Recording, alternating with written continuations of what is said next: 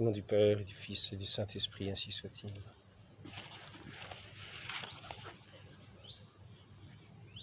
Lorsqu'on vit que les frères se réjouissaient dans leur tribulation, qu'ils se consacraient avec zèle et dévotion à la prière et aux œuvres de piété, qu'ils n'acceptaient pas d'argent et n'emportaient jamais, qu'il régnait entre eux la plus ardente charité qui les faisait reconnaître pour de vrais disciples du Seigneur, beaucoup d'hommes eurent le cœur touché et vinrent leur demander pardon des offenses qu'ils leur avaient faites. Les frères alors leur pardonnaient de toute leur âme, en leur disant que le Seigneur vous absolve, et ils leur adressaient des admonitions utiles à leur salut. Je prends cette lecture pour commencer cet entretien, pour montrer cet esprit de ce Moyen-Âge que l'on dit ténébreux. La charité était la charité véritable et douce, était ce qui touchait les cœurs, ce qui les amenait à Dieu. Loin de tout fanatisme tel qu'on le décrit souvent. Les hommes et les femmes d'alors n'étaient pas moins humains que ceux d'aujourd'hui. Ils avaient la même consistance charnelle, mais le cœur plus docile à entendre cette parole de douceur et d'humilité de leur bon maître, qui a donné sa vie pour nous tous. Ainsi, voyons aujourd'hui quantité de paroles qui tendent à montrer cet âge comme un âge ténébreux, et l'Église comme la tour obscure et ténébreuse qui répandait son obscurité en tenant l'humanité captive dans ces ténèbres d'ignorance et de folie, de torture, de sadisme.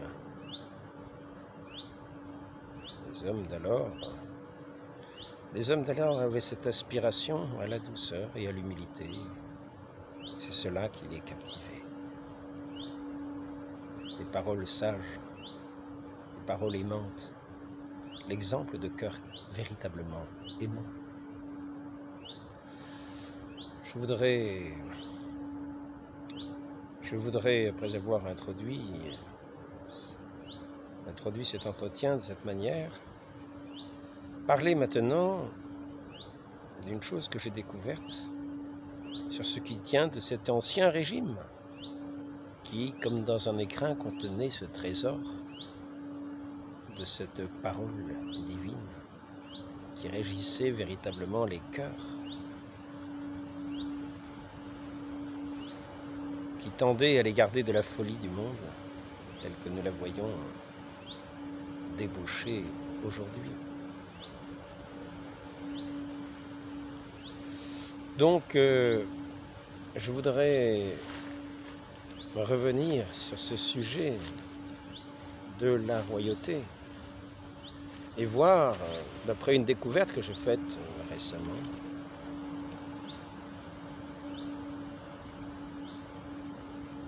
où a buté cette royauté qui en elle-même est bonne. La royauté en elle-même, telle que nous l'avons connue dans tous ces âges anciens depuis le baptême de Clovis, était ce qu'on pourrait dire de droit divin, en ce sens qu'elle était fondée justement sur ces paroles divines, sur ces enseignements divins, sur le droit naturel, sur le respect de la création, le respect de Dieu dans sa création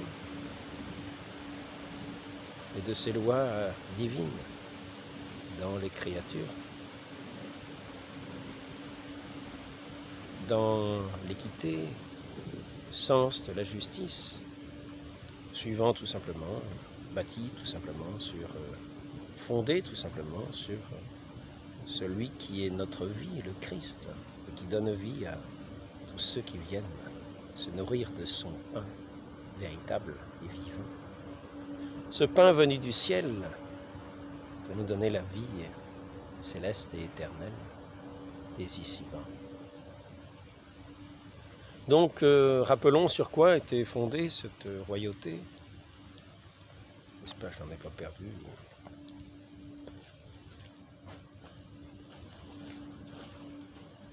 Voilà. Je prendrai les commandements de Dieu. Les commandements. C'est ce qu'il y a de plus simple pour voir le fondement.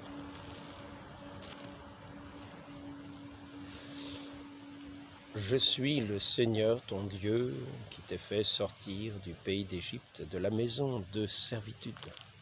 Notre Seigneur nous le rappelle dans l'Évangile. Le péché nous rend esclaves.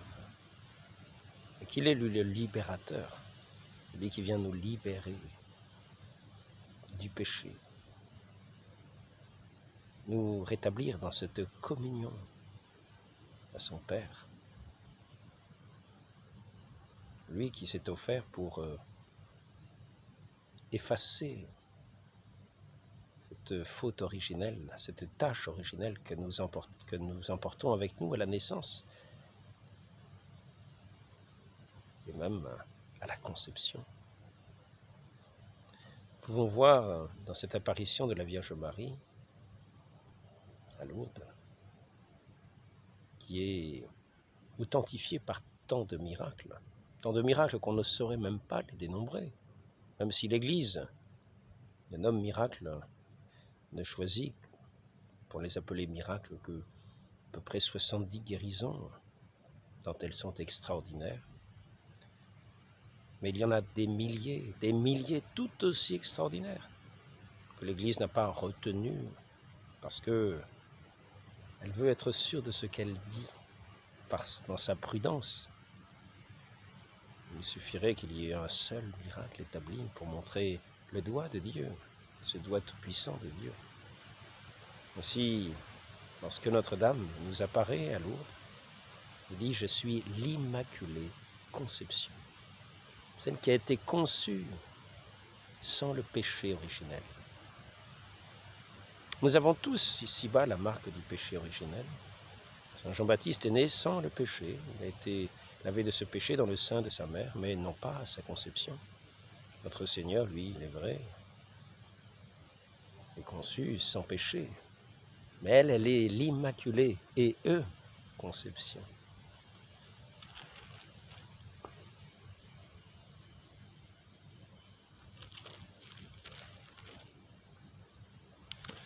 Et donc elle nous montre par là,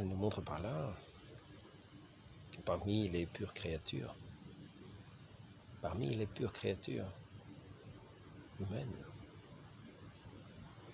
et rien qu'humaine, les créatures sorties des mains de Dieu, elle est parmi les hommes, les femmes, l'unique conçue sans péché. Cela veut dire que nous tous, nous naissons avec cette tâche originelle. Il nous prive de cette grâce de Dieu que notre Seigneur est venu nous rendre par son sacrifice sur la croix, par le don de sa vie jusqu'au sang versé pour nous. En signe de son amour, nous inviter à lui rendre amour pour amour. Voyons ce Dieu tout-puissant qui se fait petit enfant, qui partage notre vie de pauvreté, qui vient nous appeler ainsi à aimer, à avoir confiance en ce Père, toute bonté, en qui n'est nul péché, nul esclavage, et la pure amitié, le pur amour, la pure joie, le pur bonheur éternel. Ainsi, ces commandements sont les commandements qui nous faisaient voir que nous étions pécheurs, car nul homme n'était capable de tenir tous ces commandements. Notre Seigneur, lui, Dieu fait homme, non seulement est conçu sans péché, mais il n'y a jamais eu, le péché n'a jamais eu part sur lui, comme la très sainte Vierge Marie, le péché n'a jamais eu part sur lui. Il est la vie. Il est la liberté même.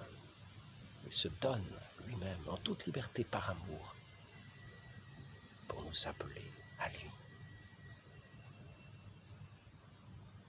pour nous faire semblables à lui, pour nous ramener à sa parfaite ressemblance, la parfaite image du Père,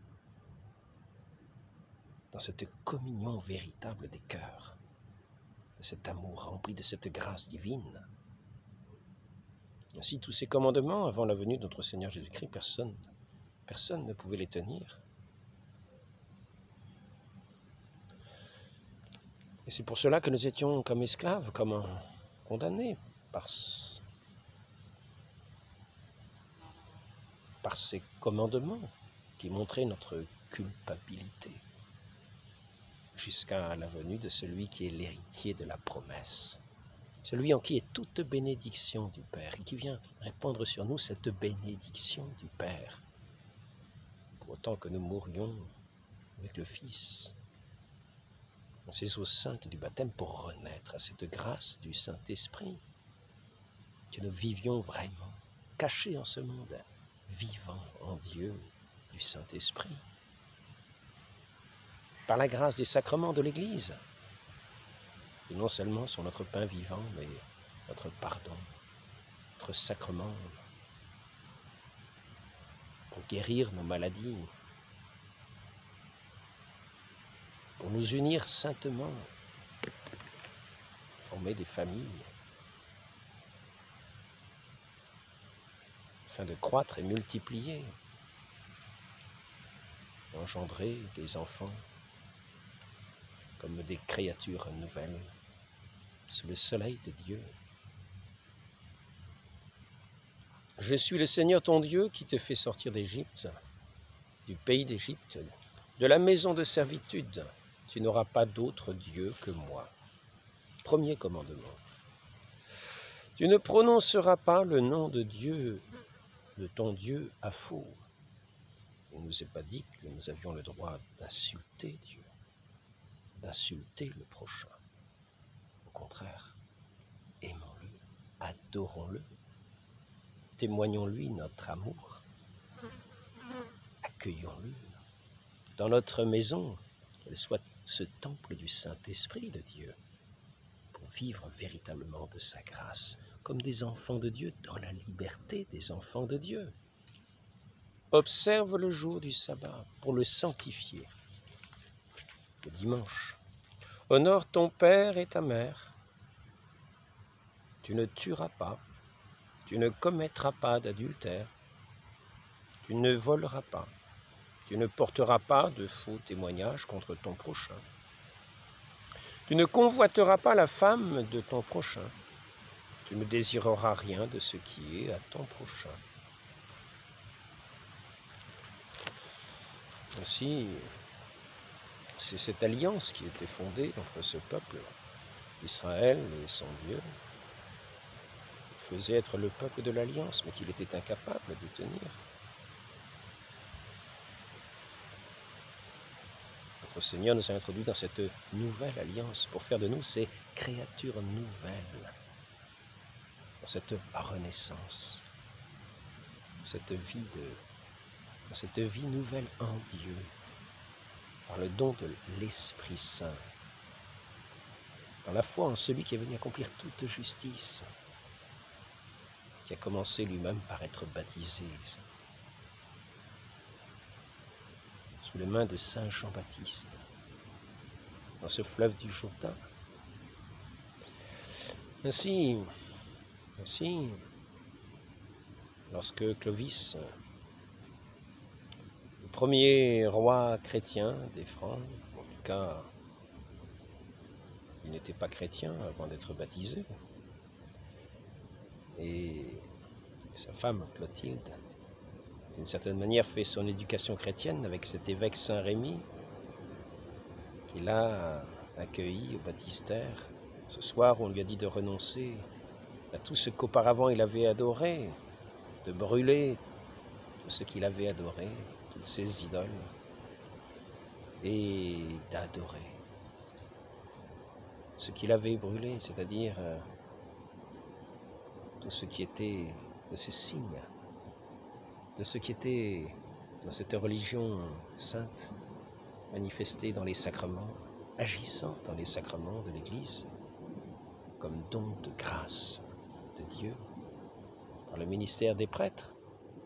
Clovis avait souvent brûlé, sans doute, des églises, quoique on l'a vu auparavant respecter ce vase sacré, vouloir l'offrir, il me semble, à un évêque de Gaulle.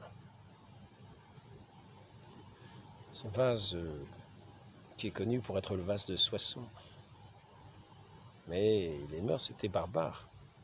Le vase, à ses yeux, était plus sacré que la tête de ce soldat franc qui a reçu sa francisque. Donc, la royauté en France était fondée de droits divins, fondée sur les lois divines et dans la grâce divine. C'est le sens de la royauté. La royauté, non seulement dans la royauté, mais on dit toute autorité vient de Dieu. Ce que nous apprennent les Écritures, toute autorité vient de Dieu. Mais encore faut-il que ce soit une autorité et non pas une usurpation d'autorité. Ainsi, celui qui tient le pouvoir sur un pays tient son autorité, celui qui tient l'autorité dans un pays, pas le pouvoir, parce que le pouvoir peut usurper. Mais celui qui tient l'autorité tient son autorité de Dieu. Et le sens chrétien de la royauté, c'est de reconnaître que celui qui est le chef, qui est la tête de son pays, reçoit son autorité de Dieu. Cette autorité par laquelle il va exercer le pouvoir. Il tient même tout de Dieu. Tout ce qui va être sa fonction de régir, de gouverner, tout cela, il le tient de Dieu. Et c'est une fonction publique. Le sens de cette manifestation publique qui est manifestée dans le sacre du roi. Ce qu'il reçoit de Dieu pour s'exercer publiquement, il montre, il reconnaît publiquement le recevoir de Dieu. Il le reconnaît. C'est le fondement de la royauté. Et demandant cette grâce pour gouverner à celui qu'il reconnaît pour être son Dieu, de qui il reçoit le pouvoir, il en attend aussi la bénédiction pour gouverner avec sagesse.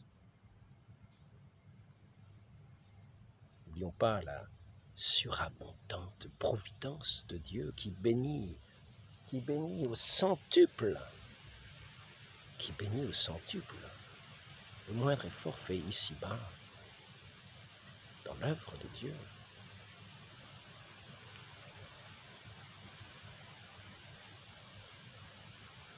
Et cette bénédiction que le prince, que le chef demande dans cette prière, les évêques demandent pour lui dans cette prière, cette autorité qu'il reconnaît venir de Dieu, et pour exercer le pouvoir sur ce pays, le pouvoir selon les grâces divines, selon les bénédictions divines, pour qu'elles se répandent sur le peuple. Et elles ne se répondent pas à proportion en gardant le principal sur le prince et ceux qui restent sur les sujets, non. La grâce de Dieu est infinie et touche chacun de façon particulière, selon sa vocation propre. C'est ainsi que nous avons vu tout à l'heure ce passage sur la vie de saint François et de ses frères. Quelle grâce, quelle profusion de grâce dans ce frère. S'il n'y avait pas eu un roi, il aurait pu être martyr d'un prince inique qui l'aurait combattu, qui avec acharnement, mais nous étions en pays chrétien et tout porté à la fois dans ce pays chrétien, tout porté à cette vie de grâce, tout porté à cette charité, tout porté, sauf bien sûr le péché personnel qui est toujours le propre des hommes, le penchant des hommes, Ce qui reste de cette attraction du péché originel, la tâche, ça a été effacé. La vie de la grâce est donnée, mais il y a toujours cette lourdeur qui nous reste pour mener ce combat de la grâce en ce monde. Faire triompher l'amour de Dieu. Car il nous faut bien combattre un peu pour montrer le prix que nous accordons à son amour. Et ce prix, quelquefois, c'est la vie de chacun. C'est notre vie tout entière. Car cette grâce se manifeste à ceux qui la reçoivent, afin d'entrer dans ce triomphe, dans cette gloire éternelle de Dieu qui surpasse toute chose ici-bas. Ainsi, ce royaume chrétien va, par les moyens de ce roi qui gouvernera sagement, faire établir en bon ordre toute chose avec intelligence, avec foi, avec intelligence, avec l'amour des sujets, car c'est ce qui est le fondement de cette vie chrétienne, c'est la vie de la charité. Donc je viens de découvrir, malheureusement, nous voyons que c'est ici le sens profond de la royauté, le sens profond de la chrétienté, de la tête jusqu'aux pieds, comme un seul corps, uni dans cette vie reçue, dans cette vie bienheureuse de ces enfants de Dieu qui luttent dans la difficulté, qui sont dans la pauvreté souvent. Et Saint François a été appelé à vivre cette pauvreté radicale, sans ne plus rien posséder. Même le lieu où il était, avec sa communauté, il est marqué dans sa règle, si des bandits viennent là où vous êtes, vous pouvez même accueillir-les, recevez-les, et ils peuvent prendre le pas sur vous. Il nous dit d'être soumis à toute créature pour l'amour de Dieu. Cela ne veut pas dire de participer aux œuvres mauvaises. Il faut faire là la distinction.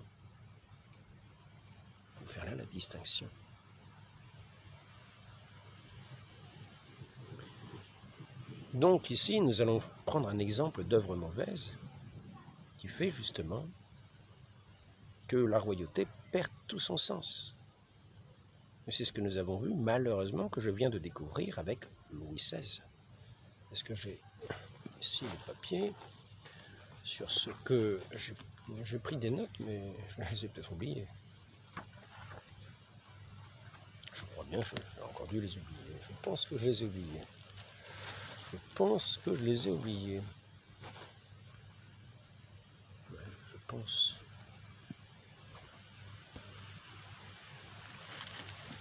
Peut-être pas, on va voir. Je crois bien que si.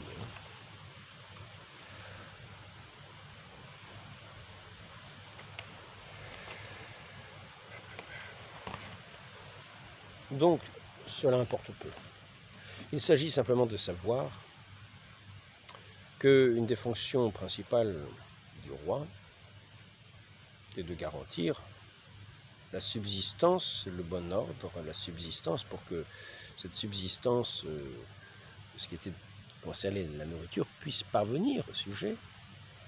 Aussi, l'exercice de la justice,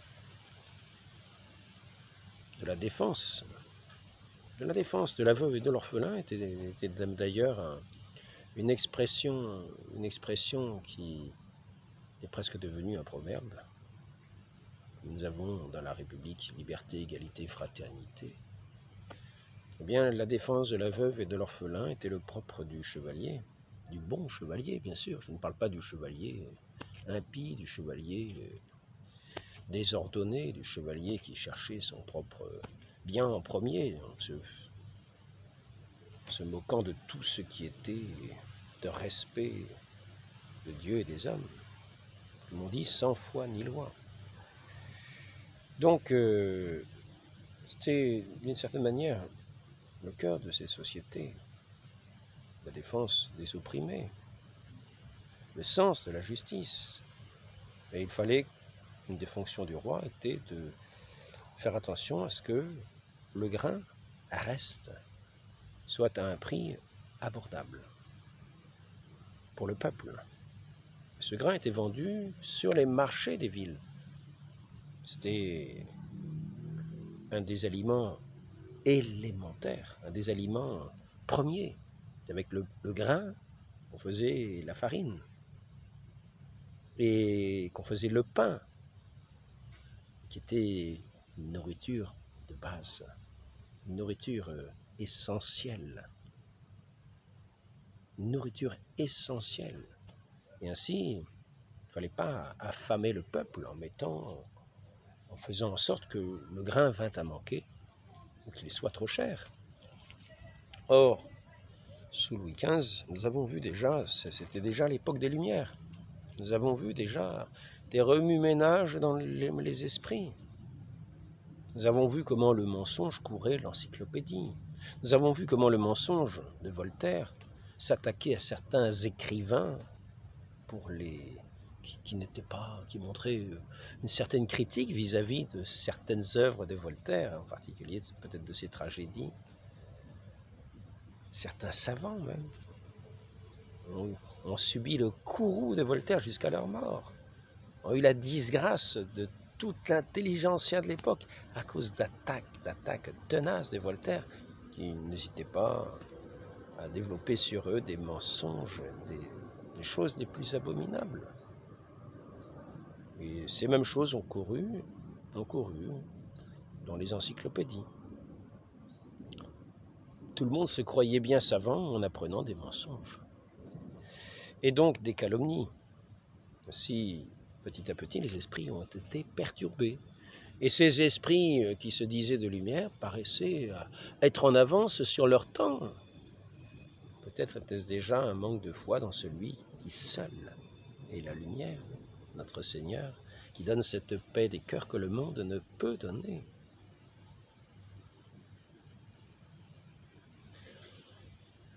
Notre pauvre Louis XV avait eu déjà, je ne sais plus si c'était en 1763, c'est ces années-là à peu près. C'est ces années-là à peu près. Il était tombé sous l'influence d'économistes des Lumières, qui prônaient le libéralisme. Ce qu'on appelle le libéralisme, c'était tout simplement de faire flotter le prix du grain. Normalement, le prix du grain, il y avait une discussion sur savoir à quelle taxe il serait. Et quand il était taxé, le rôle du roi, une des fonctions du roi, importante, était de faire respecter le prix du grain tel qu'il avait été décidé, de façon à ce qu'il soit accessible au peuple. Et c'est ainsi que tout se passait très bien. La police était chargée de protéger le peuple contre les marchands qui avaient tendance, qui auraient voulu, eux, augmenter le prix du grain. Et donc la police, par l'autorité du roi, était chargée de défendre le peuple contre les marchands.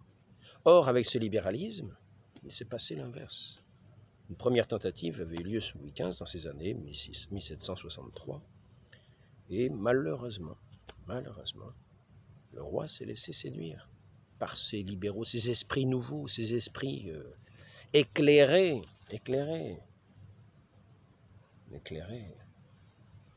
qui ont oublié simplement l'équité, qui ont oublié simplement le sens de la justice, qui ont oublié simplement que le roi était le roi de son peuple. Et il a amené le roi à ce libéralisme qui a fait qu'on a d'abord, on s'est mis non plus à vendre d'abord le grain au marché, au prix tel qu'il avait été fixé, et tel que la police devait le faire vendre, pas plus cher, la police était là pour veiller à ce qu'il soit vendu à ce prix-là. Et quand tout le monde était servi, le grain pouvait partir ailleurs et être vendu plus cher, suivant les demandes. Peut-être exporté dans d'autres pays sur des bateaux où l'on voulait. Mais le libéralisme a fait qu'on est passé à l'inverse. On a d'abord servi l'ailleurs à un prix plus cher pour renflouer les poches du roi qui s'étaient vidées. Mais ça a été la bonne idée de ces économistes et ça a été le mauvais sens du roi d'accepter cela et de tomber dans ce qui s'appelle une iniquité, une injustice vis-à-vis de son peuple. Ainsi, on accusait le peuple de ne pas comprendre ces mesures. On accusait le peuple de préjugés par rapport à ce prix du pain qui était peut-être... On accusait le peuple d'avoir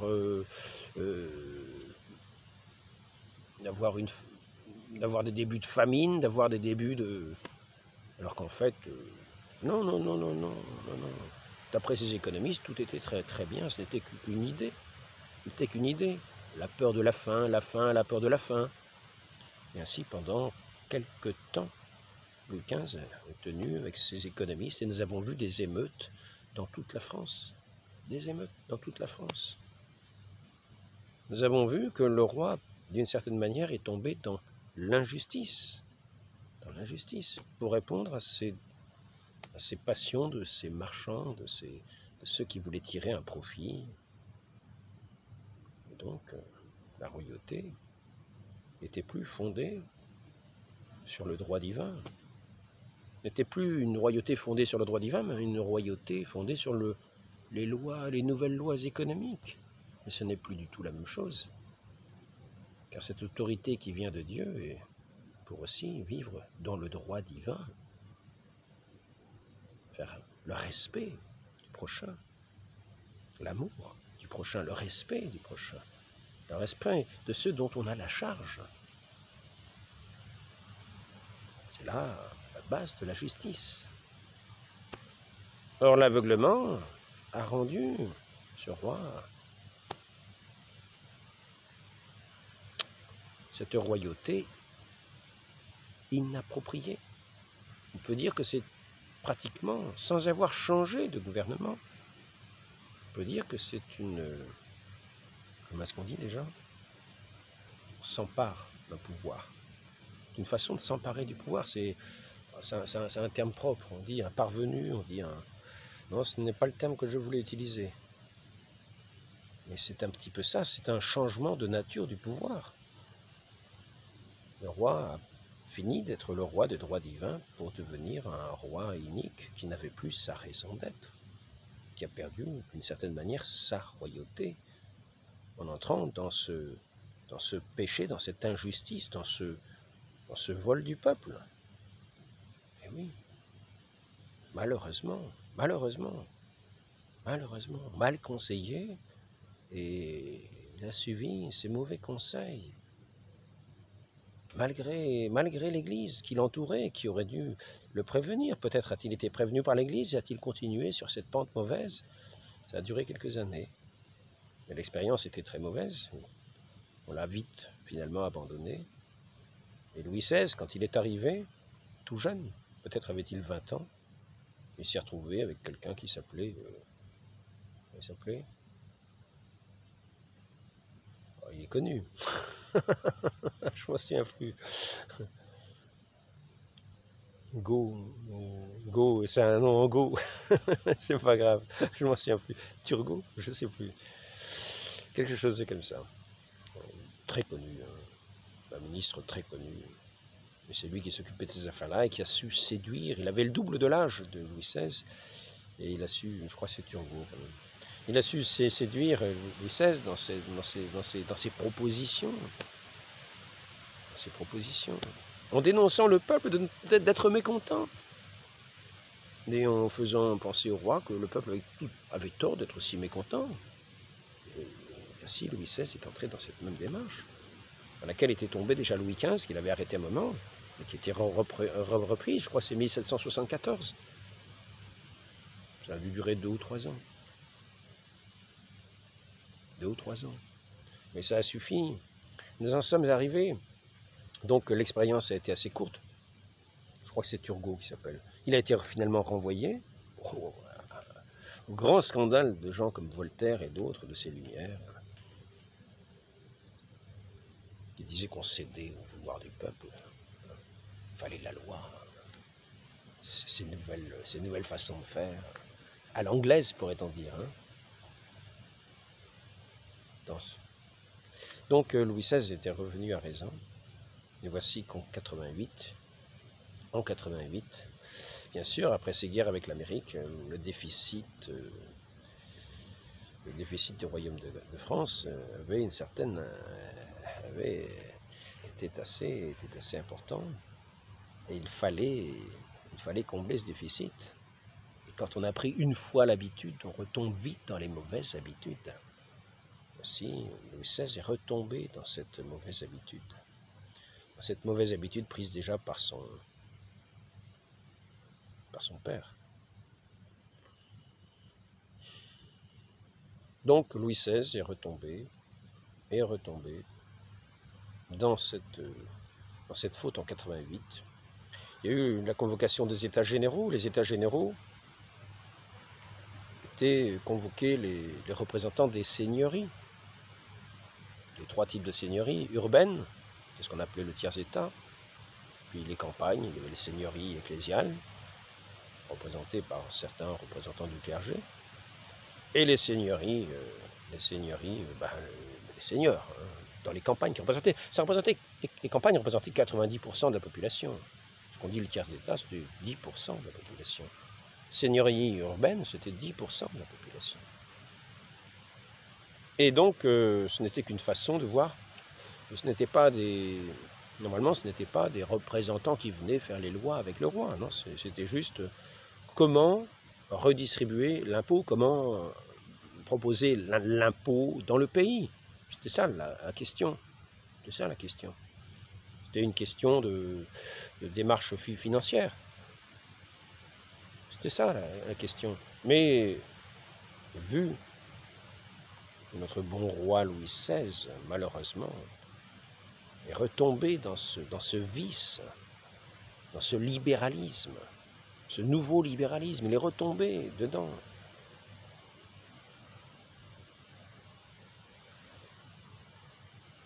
Au détriment du peuple, duquel il avait la charge, sur lequel il devait veiller, sur lequel il devait exercer la justice, et non pas l'iniquité. Et là, c'était lui le premier à exercer l'iniquité par ses mesures économiques. Donc il a chuté avant l'heure. Et nous avons vu que, en même temps que ces États généraux ont été convoqués, nous avons vu des tas de demandes de ce peuple. Il y a eu 300 émeutes à travers la France dans les 4 mois qui ont précédé l'Assemblée des États généraux. 300 émeutes à travers toute la France. Ça c'est quelque chose que j'ignorais. Le roi avait manqué à ses devoirs. Il n'agissait plus en tant que roi, il agissait selon le nouvel impératif du maître économique, du nouveau maître économique, qui n'a ni odeur, ni... L'argent n'a pas d'odeur, ni morale, il n'y a pas besoin de civilisation pour l'argent. L'argent est le démolisseur des civilisations. C'est l'esprit qui bâtit les civilisations. Donc, malheureusement, donc, les différentes parties du peuple ont envoyé leurs doléances, mêlées en cela avec tout ce qui s'appelait loges et lumières, qui ont amené ce que nous savons, la fin de la royauté. Mais ce qui était à arrêter, ce n'était pas la fin de la royauté, c'était ce procédé inique qui avait déjà mis fin à la royauté catholique, du fait de son application.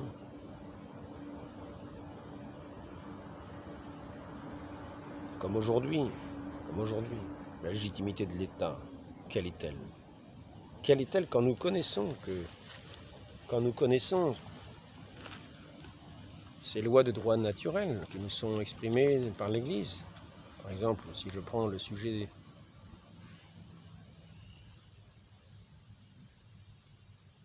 de l'avortement, Depuis le 1er siècle, l'Église a affirmé la malice morale de tout avortement provoqué. Cet enseignement n'a pas changé, il demeure invariable. L'avortement direct, c'est-à-dire voulu comme une fin ou comme un moyen, est gravement contraire à la loi morale. Dieu est maître de la vie, il a confié aux hommes le noble ministère de la vie, et l'homme doit s'en acquitter d'une manière digne de lui. La vie doit donc être sauvegardée avec son soin extrême dès la conception. L'avortement et l'infanticide sont des crimes abominables. La coopération formelle à un avortement constitue une faute grave. L'Église sanctionne d'une peine canonique d'excommunication ce délit contre la vie humaine. Qui procure un avortement, si l'effet s'ensuit, encourt l'excommunication latae sententiae par le fait même de la commission du délit. Et aux conditions prévues par le droit, l'Église n'entend pas ainsi restreindre le champ de la miséricorde. Elle manifeste la gravité du crime commis, le dommage irréparable causé par l'innocent mis à mort, à ses parents et à toute la société. Le droit inaliénable à la vie de tout individu humain innocent constitue un élément constitutif de la société civile et de la législation. Le droit inaliénable de la personne, les droits inaliénables de la personne devront être reconnus et respectés par la société civile et l'autorité politique. Les droits de l'homme ne dépendent ni des individus, ni des parents, ni de représentants, et ne représentent pas même une concession de la société et de l'État. Il appartient à la nature humaine et sont inhérents à la personne en raison de l'acte créateur dont elle tire son origine. Parmi ces droits fondamentaux, il faut nommer le droit à la vie et à l'intégrité physique de tout être humain depuis la conception jusqu'à la mort. Ainsi, nous voyons qu'inscrire l'avortement dans la Constitution est un crime tout simplement abominable. Nous voyons que tous ceux qui procurent l'avortement, qui encouragent l'avortement, les médecins eux-mêmes, sont excommuniés. Donc, ceux qui m'entendent, ceux qui m'entendent et qui vont pour encourager un crime d'avortement, qui vont pour le perpétrer par la médecine ou autre chose, ce n'est pas une médecine, c'est un meurtre, eh bien une excommunication sans qu'il y ait besoin d'aucune déclaration. C'est une excommunication automatique. Et là, ce ne vient pas de l'autorité de Dieu. C'est l'excommunication, oui, mais je veux dire, d'une mesure automatique qui exclut les sacrements de l'Église, de tout sacrement, qui exclut même de la sépulture chrétienne. Le seul sacrement qui reste, c'est celui du pardon. Le pardon à l'évêque, au prêtre. Avant, il fallait s'adresser pour ce péché abominable. Il fallait s'adresser à l'évêque. C'était un cas réservé, me semble-t-il. Donc, une société qui prône l'avortement, d'une certaine manière, elle perd sa légitimité. Elle ne tient pas son autorité, ne tient plus son autorité de Dieu. C'est un rapt du pouvoir. Un rapt du pouvoir. C'est une sorte de tyrannie. Donc, nous pouvons voir que le roi a perdu son pouvoir lorsqu'il a perdu son autorité, d'une certaine manière. La révolution a eu lieu avant la révolution. Il faut savoir que, déjà, je crois, je ne sais plus si c'est en 75, je ne sais plus exactement en quelle année, deux innocents qui était à la tête de certaines émeutes, un de 28 ans, je crois, et un de 16 ans, ont été pendus. Parce que justement, ils faisaient valoir leur droit à ce juste prix de ce pain. Demander simplement à ce que le pain soit au prix de la taxe et taxé, comme il l'avait toujours été. Alors que là, le pain était d'abord enlevé des marchés. Il était quelquefois, le grain était quelquefois comme exproprié, comme il était quelquefois, il ne se présentait même pas au marché, il était enlevé en pleine nuit et partait pour aller sur des bateaux. Et les gens couraient après. Les gens étaient obligés de courir après pour ne pas avoir la famine. Nous voyons bien que le roi a perdu sa fonction royale, sa raison d'être avant la Révolution. Donc sachons bien que si la royauté est vraiment le régime en ce sens qu'il reçoit son pouvoir de Dieu, qu'il demande sa bénédiction, qu'il demande aussi toutes les grâces pour diriger le peuple, et qu'il a une reconnaissance publique de celui par qui il a l'autorité et le pouvoir, et tout être, comme chacun de nous. Mais nous, c'est à titre privé. Nous n'avons pas toujours une fonction plus publique qui fait que nous allons dire « Ah, gling, gling, gling, gling ». Non. Par contre, nous avons le devoir de témoigner. Donc, c'est pour montrer que si la royauté, dans son essence, dans son entier, dans sa reconnaissance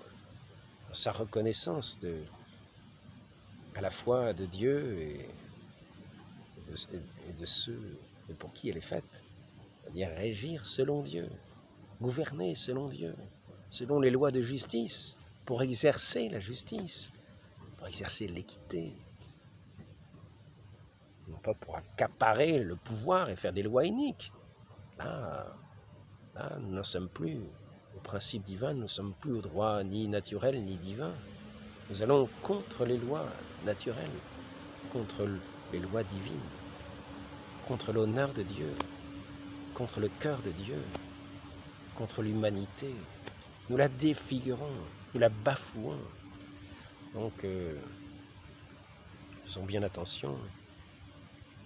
Nous sommes des porteurs de cette vie. Nous sommes des porteurs de cette vie. Nous devons reconnaître celui par qui nous la recevons et en rendre grâce. Et que notre vie tout entière soit une action de grâce perpétuelle. Et que notre vie soit dans toute sa manière d'être, par l'exercice de la justice, c'est-à-dire de la reconnaissance du prochain, dans tout ce que nous avons vu dans ces commandements.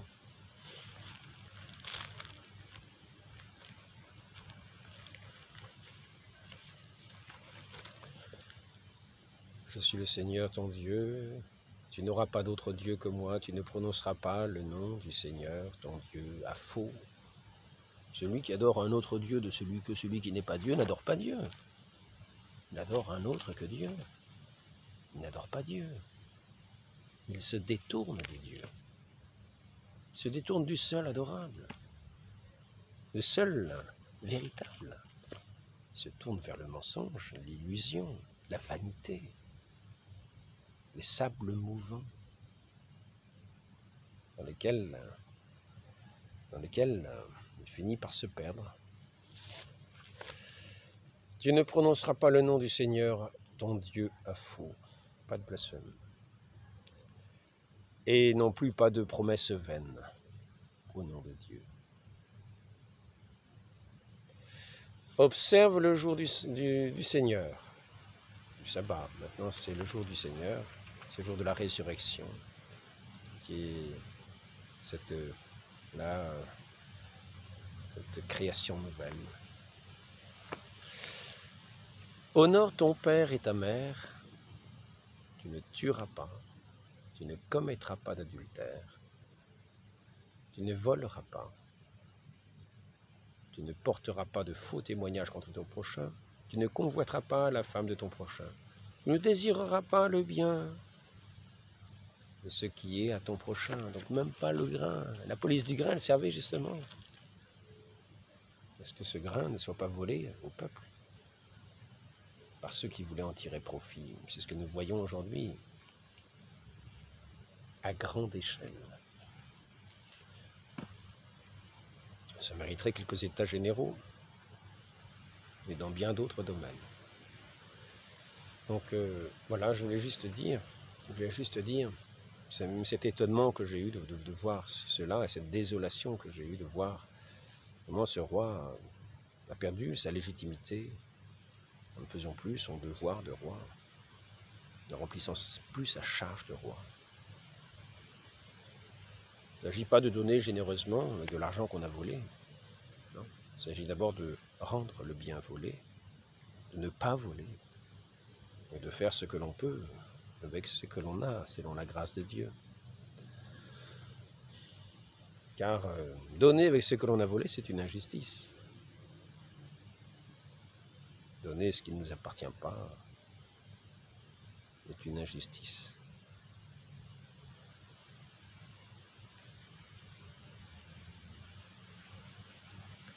Marie conçue sans péché, donnez-nous de revenir aux vérités essentielles, à ce pain de la vie, notre Seigneur Jésus-Christ, à ne pas nous laisser séduire par toutes les iniquités qui peuvent avoir un air séduisant, de bons rapports, agréables, comme le péché peut paraître agréable, montrer un visage agréable, mais à la fin il mord.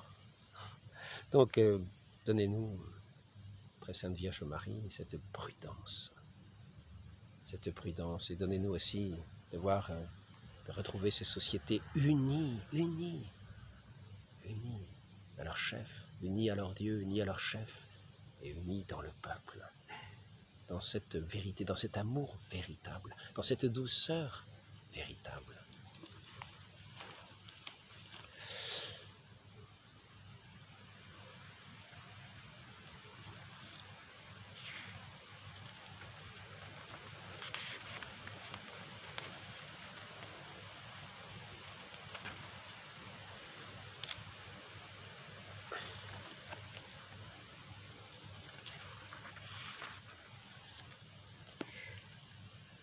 Je vais lire un autre passage de Saint François, de la vie de Saint François.